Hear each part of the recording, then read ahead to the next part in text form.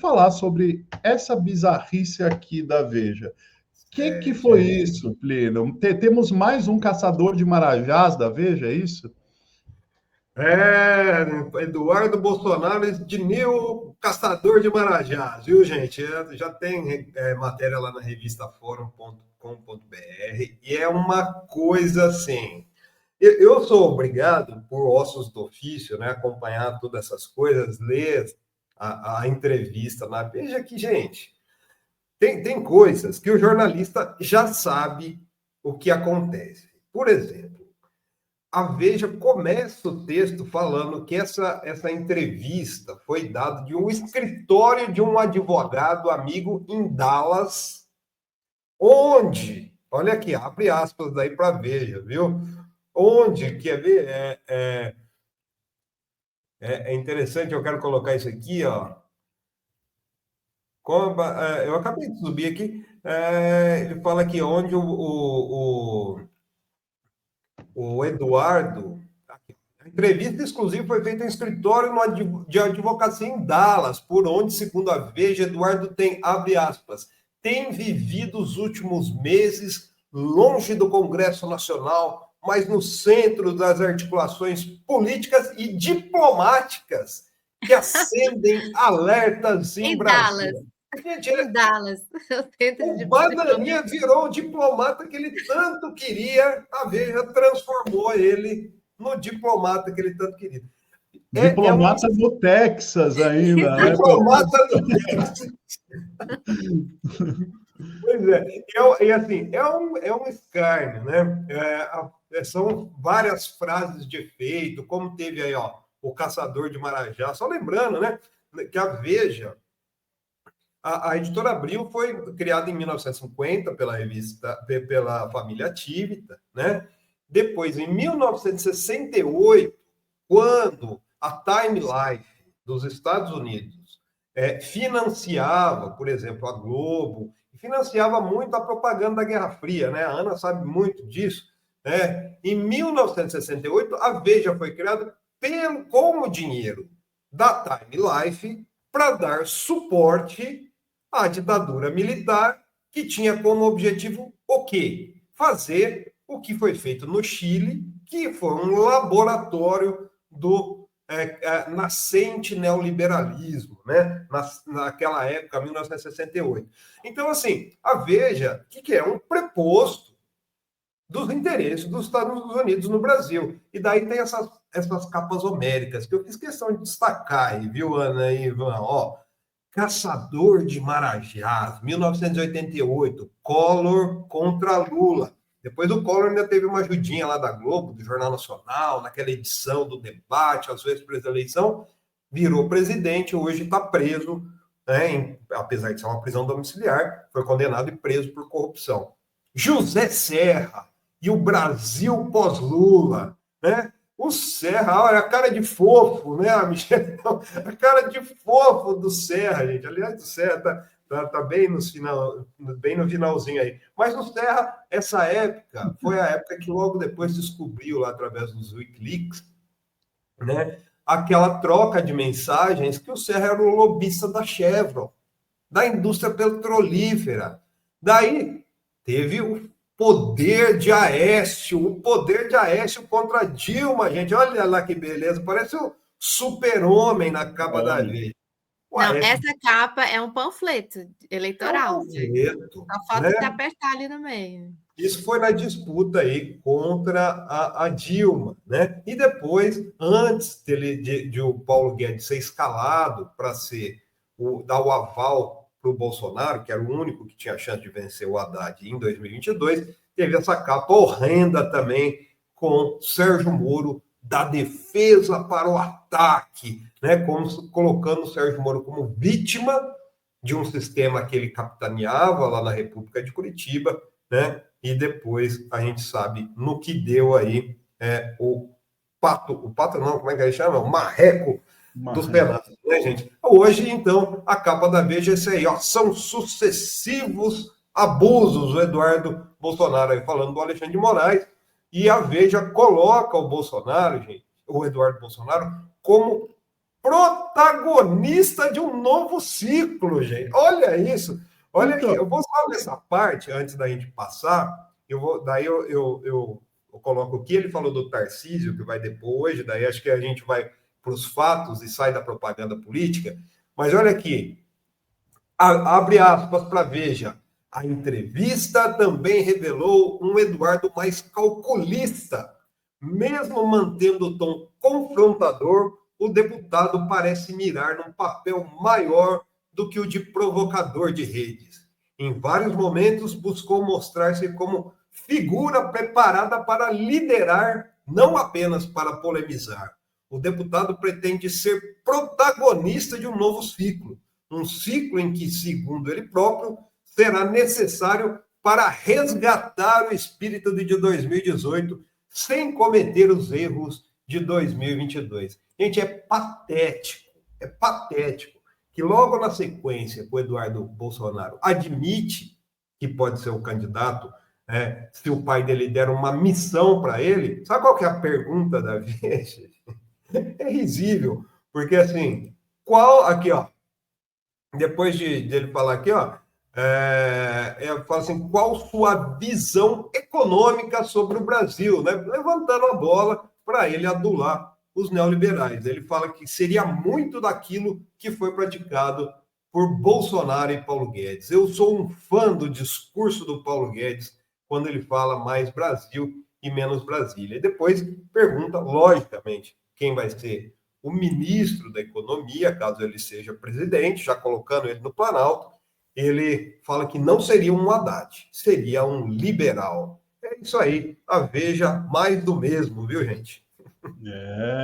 A Veja, então, está basicamente já entrando numa campanha nem Bolsonaro, nem Tarcísio, o nome é Eduardo, é isso, Plínio? Porque enquanto está todo mundo discutindo quem vai ser o nome da terceira via, né? Ou que é uma terceira via que, na verdade, terceira não tem nada, é a única via da direita, mas com uma candidatura sem Bolsonaro, e aí se fala de Tarcísio e tudo mais.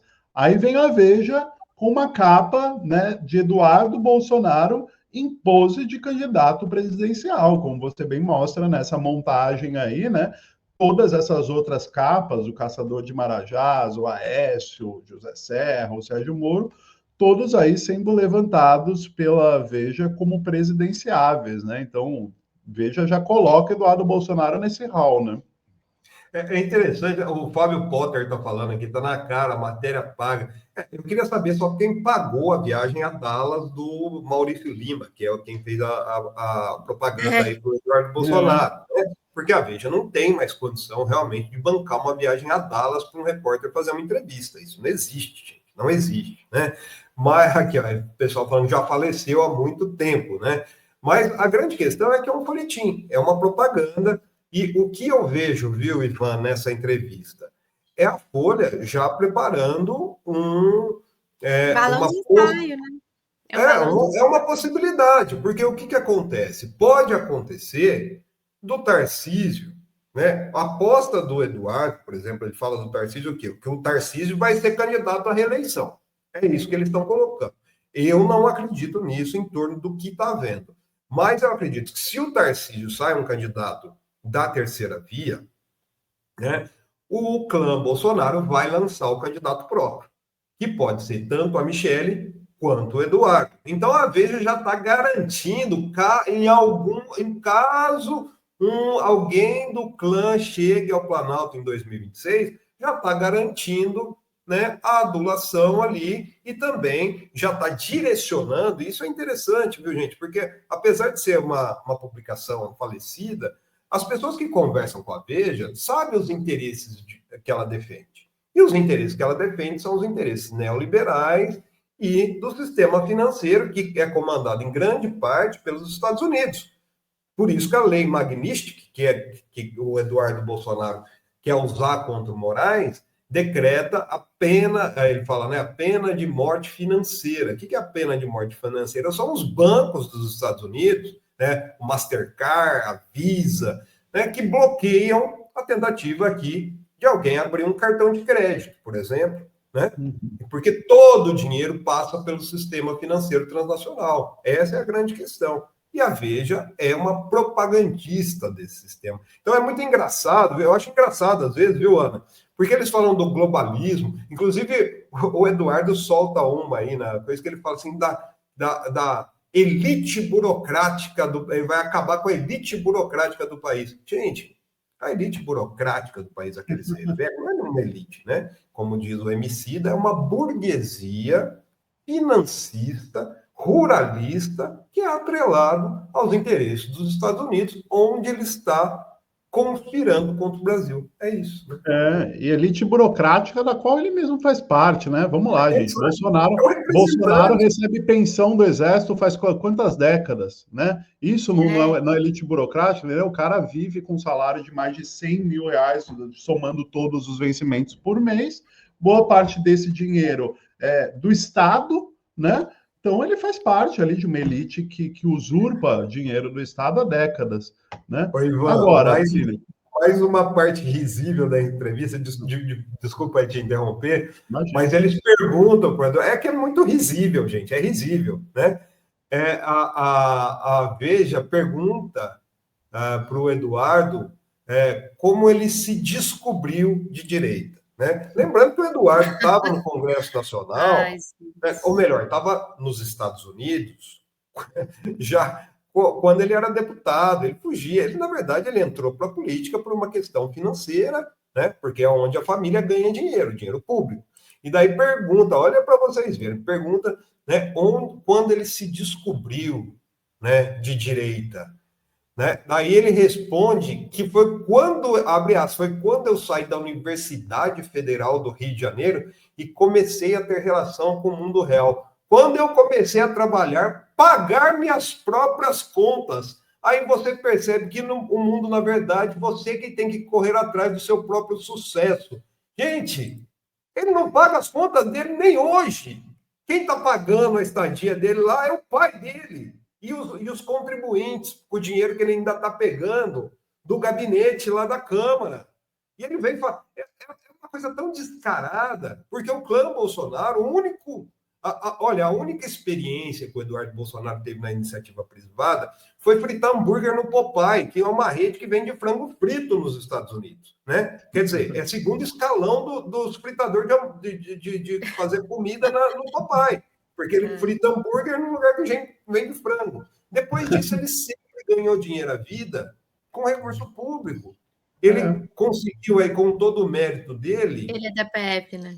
Ser concursado, mas ele é da PF, Ana, como escrivão da PF, que não exige nem...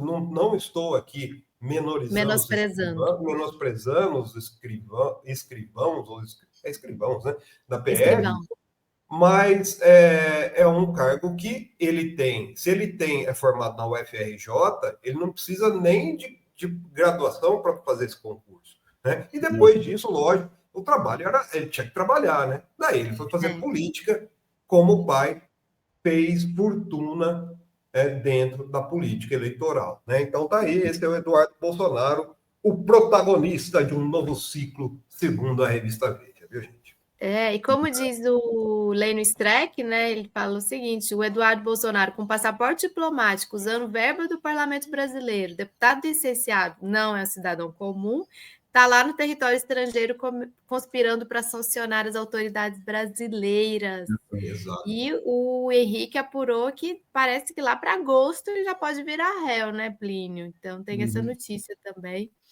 Exato. Esse processo, assim, a gente tem que aguardar toda essa apuração do PGR, mas é um processo que já nasce pronto, né, gente? É uma investigação que já nasce pronto. Basta stalkear as redes sociais do Eduardo Bolsonaro.